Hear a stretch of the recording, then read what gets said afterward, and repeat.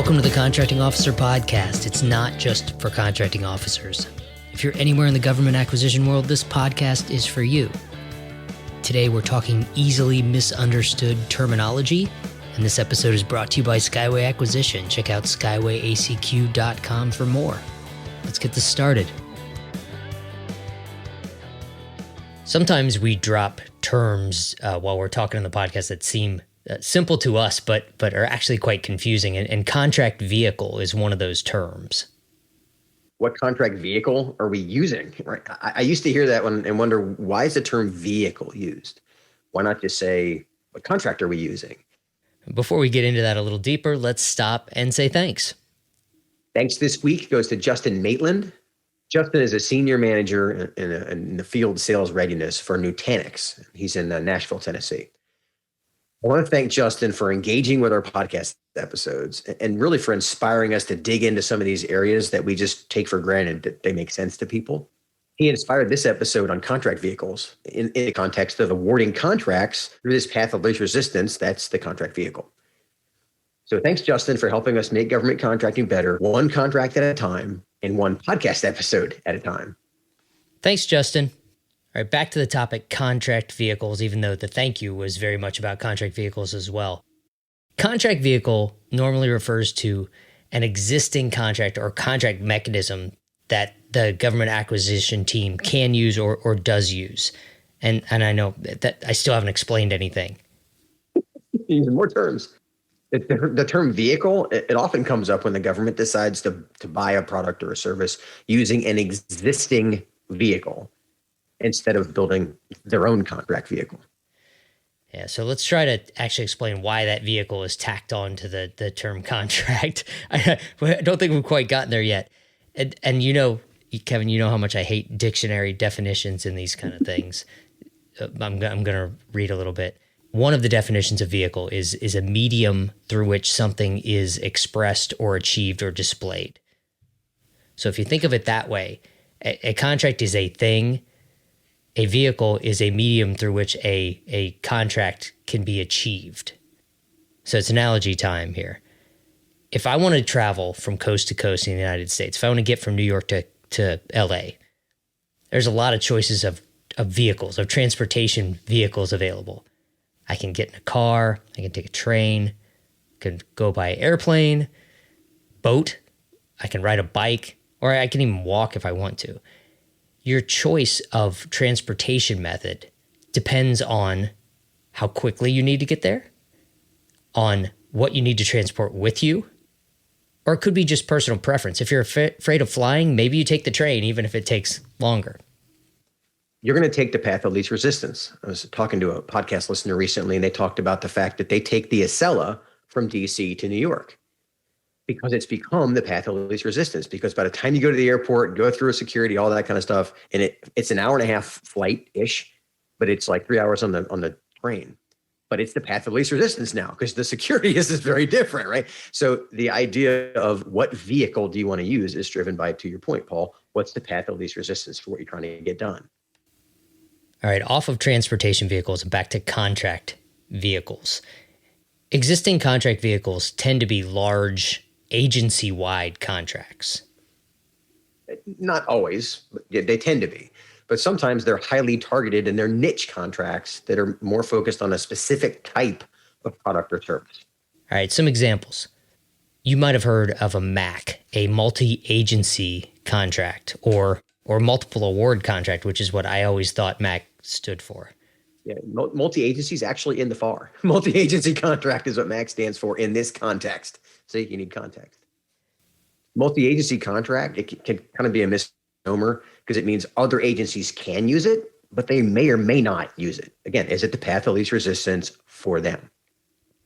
There are also multiple award contract vehicles, and that's another way to use MAC, M-A-C. Multiple award contract vehicles are things like GSA's OASIS contract, the One Acquisition Solution for Integrated Services contract, or a GWAC, a government-wide acquisition contract for IT products and services, for example. Then you have smaller ones that, well, relative, smaller is a relative term, like the HCATS, which stands for Human Capital and Training Solutions. That's focused on human capital, on professional services, on niche services, basically. And then there are ones that are really niche. Like I managed a contract for the military that was a single award contract for one company that made radios that multiple defense agencies needed. So multiple agencies would order off of this one contract. The way these things work, the reason it's a vehicle is it's actually a contract. A company has a contract to deliver a type of thing, but it's not specific, this many at this time. You have to place orders against them. So in the case of a multi-agency contract or a multiple award contract, more than one company will have a contract vehicle. They have an actual contract, but it's for the right to deliver things in the future, the ability to deliver things in the future. Then government customers, go to that contract vehicle and they buy services or products from that. And that's the actual order. That's the actual, what we think of as a contract. I will pay you this to deliver this to me in this amount of time, right? But the vehicle is sitting there waiting to be used. It's already been awarded and made available for buyers. Back to our train metaphor, is the train's going from DC to LA. It's going back and forth, back and forth. You may only need to go from DC to, I don't know, what's in the middle, Nashville or something, pick a city, right? But the vehicle's going there. Should you be on the vehicle? If it's the path of least resistance to get you from A to B, if you need these radios and it's a path of least resistance, you're going to use this contract versus, like you said before, Paul, creating your own contract for radios when one already exists that you can just use. Yeah, you have to build your own train. You're going to get on the train that's already going there. You just have to buy a ticket. The train's going either way. We can pause before we go any farther and talk about acquisition time zones and execution time zones. This is a zoneless concept. The idea of a contract vehicle starts back with the requirement zone. Hey, we have a requirement. Can this requirement be purchased through an existing contract vehicle? In the market research zone, you're really going to be looking at that, because that's when you start to dig into, do we need to do our own source selection? Do we need to create our own process? Can we just order this on somebody else's contract? That's huge. Right. And it flows right through award and execution. You'll execute the contract and manage the contract through an existing contract vehicle, your own order or contract in air quotes against an existing vehicle. And this can get squirrely because, remember, you're riding their train. Their train moves at the speed of their train. Their train stops where it wants to. So there are ones that are customized and there are ones that they have a set schedule, et cetera. So it can be challenging to if you're cramming your solution onto the wrong vehicle, it gets really frustrating. But the idea is they cover all these zones. And if you're not familiar with the zones, the acquisition time zones, we cover those in episode number 3. And the execution time zones, we cover those in episode number 84. Let's also link this to the FAR. FAR 8.004 is use of other sources. The FAR tells you if an agency is unable to satisfy requirements for supplies and services from the mandatory sources, like federal prison industries, there's a few things if you buy, you have to go to mandatory, FAR mandated sources first. If you can't get what you need from those sources, it says agencies are encouraged to consider satisfying requirements from or through non-mandatory sources such as federal supply schedules, like GSA schedules, government-wide acquisition contracts, multi-agency contracts, and other procurement instruments intended for use by multiple agencies, including BPAs, etc. So the point here is, if you're a government buyer, you start with mandatory sources. Can't buy it from federal prison industries. Then you say, does anybody else already have a contract vehicle out there where all I have to do is place an order against an existing contract? I don't have to go through the whole process, do a competition, negotiate all my own terms and conditions, and figure out how to do all that. Does somebody else have something? Oh, yes. There's an existing multi-agency contract out there that covers the scope that I need. I can just buy through that. There's part of the FAR, I don't know any parts of the FAR that specifically say contract vehicle. But that's what this is talking about. So FAR 8.004A1 basically says use an existing contract vehicle. And then 8, and then what is it? In paragraph B, the following paragraph is the one that says, okay, if you can't do that, then you can make your own bid, which it says use commercial sources or on the open market. But the expectation is you use an existing contract vehicle. And the reason I'm foot stomp on this is that's not what the government calls it. They call it non-mandatory sources like government-wide acquisition, multi-agency contract, that list that you just went through. But those are the vehicles that we're talking about. The term contract vehicle is important because a contract vehicle, an existing contract vehicle, can be the path of least resistance to buy or to sell. And that's the reason to use it. It is the path of least resistance. Normally, it's for the government side. It's one of the ways that you can target. You have a pool of like requirements that you can draw more targeted offers, companies that do this. You have this thing that needs to be done. Here's a bunch of companies that you already know do it, and they already have a contract with the government. They'll look the path of least resistance to me. And it's the same for industry. Do you know how the government buys what you sell? Do they have an existing vehicle that includes the scope for what you do? If you're selling IT services and the government has a multi-agency, multi-award contract set up where 10 different prime contractors have indefinite delivery, indefinite quantity contracts already awarded to them to sell IT services, the agency is not going to do a competition and award directly to you. They're going to buy through the multi-award contract that exists. If you're not one of the primes to sell your services to the government, you may need to be a subcontractor to one of the existing primes. But if you don't know, you're banging your head against the wall trying to get the government to buy from you. If you're not the path of least resistance, they're not very likely to.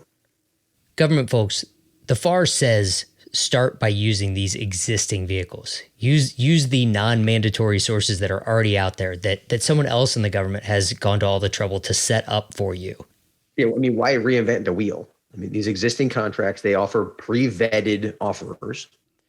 Sometimes there are 10 companies. Sometimes there are 40. There's one called the SOCOM Wide Mission Support. It's a contract that's being recompeted now.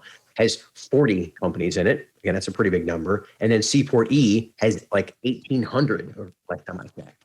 That's a lot of companies, but they're still pre-vetted, right? So you still have this differing sizes of pools, but depending on your circumstances, one of those vehicles, if you can use it, if it's a multi-agency and you're in an agency where it applies, it becomes a path of least resistance for you. Yeah, these vehicles are built to make it the path of least resistance, to make the acquisition process easier. It limits the market research requirement for government buyers. If you're in Special Operations Command, for instance, and you need mission support services, there are 40 contractors out there that have already been, like you said, pre-vetted. The terms and conditions of the contracts have already been negotiated, and you can compete just amongst those winners and not compete and have to negotiate all over again, but compete and award within the rule set that has been already designed in SWIMS, in that SOCOM Wide Mission Support contract. So competition should be faster and easier. It should be. You can make it more difficult if you really want to, but most of these contracts are set up to make the competition process easier. The downside is you have to make sure that the requirement matches the contract, because very few requirements are like for like, where you absolutely can say, oh, yes, we need this exact water bottle, or we need this exact service. In fact, the more you get into services, the more difficult it can be. It can be a dangerous habit to say, oh, we can just put this on this contract vehicle. Yeah, some contract vehicles will say time and materials orders are not allowed on this contract vehicle, right? If you're buying something that the best possible way for the government to buy it is through a time and materials type contract, you may not be able to use that contract vehicle to place an order. So the other extreme is that some task orders can be so arduous that they feel like a FAR 15 competition, where the steps to be able to win, even though you're in a smaller pool, can be so numerous and complex that you may as well just done the contract yourself. Yeah, you can't tell any difference between the pre-negotiated, pre-vetted multi-award contract, the competition within that, and a competition had that pre-vetted contract vehicle never existed in the first place. Yeah, so sometimes they can get too complicated. Industry folks, if you haven't caught on yet that path of least resistance is the theme here, why do contract vehicles exist? To create a path of least resistance. If you are not on the vehicle, if you don't have the multi-award contract awarded to you, you're not the path of least resistance. And you may have to get on it by being a subcontractor to one of the existing primes in order to make it easy for that agency to buy from you. Which contract could they use? Is it yours? That's the question to ask. The next question is, which contract should they use? Well, if you're not on their vehicle, they're not. It's not the path of least resistance. And then, of course, there's the other side of which contract would they use? They're going to use the one that's path of least resistance. If they have one existing already, that's the one they're going to use. Yep. And if you don't know all three of the which one they could, should, or would use, we can help with that. It's very likely if your agency has a multi-award contract for IT services and you want to buy IT services, you're not allowed, you're prohibited from doing your own competition for IT services. You have to use the vehicle that's been set up because that's why they went to the trouble of setting it up, right? Exactly. They don't want you going rogue and making your own contracts. It's like the whole point was to make this vehicle we all use because you get economies of scale out of it and lots of other benefits. Yeah, this is a good reminder for industry folks how important the competitions for the multi-award vehicles are, how important it is to have your services on a GSA schedule if that's the way your customers buy. If that's the way let me clarify that. If that's how your customer buys. This is why, again, this is targeting on steroids. You can get 500 IDIQ seats on contracts that none of your customers use. Right. So you have to be very careful that you've done the research to say, okay, what is my customer actually going to use? That's a great way to bring this one home, Kevin. To wrap it up, the government folks understand the options out there, know what's mandatory for your agency, and know what's available in other agencies that can meet your requirement and make your buying job easier. If an existing contract's a path of least resistance, use it. But make sure that it actually fits your requirement. For, like your example, Paul, of if you need a T&M contract, don't just force it onto a contract to make it firm fixed price because it probably will blow up in your face. Industry folks, we've said multiple times already, know which vehicle your target customers use. Make sure that you are available to them by being on that vehicle or either as a prime or a sub. Remember that many of the requirements, the solicitations for supplies and services that are acquired through these vehicles, they aren't publicly posted in the contract opportunities section of sam.gov. They only release the solicitation to the owners of these vehicles, to the awardees for the multiple awards. So if they have 10 contractors that have IDIQ contracts, those 10 contractors get an email or maybe even have a site, a custom site that posts the requirements only for them. If you're not a part of these government-wide or agency-wide or multi-award contracts, you may not even know that you missed out on a solicitation. Or the opportunity that you've been targeting for a long time moved to one of these, you won't know that it was awarded. Right. I mean, the train, sorry to beat up on this metaphor, but it's funny. The train has left the station and you didn't even know it. That's just Right. terrifying to think about. So how do you find these? Is a passive solution is look at the data. You look at USA spending and federal procurement data systems, which is the now contract data, I think is what it's called, in sam.gov. A lot of the data is in there. Okay, you can see what vehicle has this agency used. Okay, a more active way is ask. It's network with people, hypothesize what could they use, given that they're buying this and there are 7 vehicles that do this. Which one could they use? You can also ask us at Skyway for help. This is what we help you think through. And lastly, industry, if you already have one of these vehicles, if you have a multi-award contract or you have a GSA schedule, make sure that you educate your customers on, here is how you buy from me. This non-mandatory source that the FAR says you're supposed to use before you do your own competition is available, and I'm on it. This is the path of least resistance. Yes. And that episode, the episode we did a couple hundred ago called The Educated Customer, this is the kind of thing we're talking about, is your customer is not likely to be scouring all of the multiple award contracts out there. If you've got one and you say, hey, by the way, you can award to me through this, That will speed up the process. That's a really good point. All right, that's enough good points for today. I will talk to you later. All right, I'll see you, Paul. Okay, that's it for today's episode. As we mentioned there at the end, when you need help understanding what vehicles your agency uses to buy, Skyway's team of former contracting officers is there to help through custom consulting and training. Go to skywayacq.com or give us a call at 877-884-5280. Thanks again. We'll see you next week.